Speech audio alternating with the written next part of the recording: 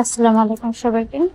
এই তো এখানে আমি হাতার জন্য কাপড় কেটে নিচ্ছি 38 বুটির কামিজের হাতা তৈরির জন্য। এখন আমি কাপড়টাকে ভালোভাবে ভাঁজ করে নিয়েছি। এবার আমি 1/2 ইঞ্চি পরিমাণ কাপড় রেখে এখানে দাগ কেটে নেব। 3 ইঞ্চি নিচে একটু দাগ করে নেব। এরপর আমি হাতের মোহরের মাপটা নিয়ে নিচ্ছি। কতটুকু ঝোলা রাখবেন, যার যার পছন্দ অনুযায়ী রাখবেন। এখানে আমি 8.5 ইঞ্চি পরিমাণ এবং 9 ইঞ্চিতে দাগ কেটে নিয়েছি। সেলাই মার্জিন সহ 9 ইঞ্চিতে একটা দাগ কেটে নিয়েছি। ধরুন দুটো দাগ আমি এখানে মিলিয়ে দিচ্ছি শেপ কাট দিয়ে।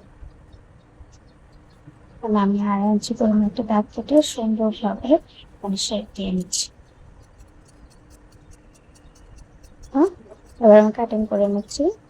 তো আপনার এই তো এভাবে আপনার 38 বুটির কামিজের জন্য হাতা কাটিং করে নিতে পারেন। তো ধন্যবাদ সবাইকে। আরেকটি কথা বলে রাখা ভালো, আমার কামিজের হাতার লম্বার মাপটা আমি নিয়ে নিই, কারণ এখানে আমার কামিজের হাতাটা এমনিতে শর্ট রয়েছে। যতটুকু কাপড় ছিল ততটুকু দিয়ে তৈরি করেছি। আপনারা যার যার পছন্দ অনুযায়ী লম্বার মাপ নিয়ে নিন।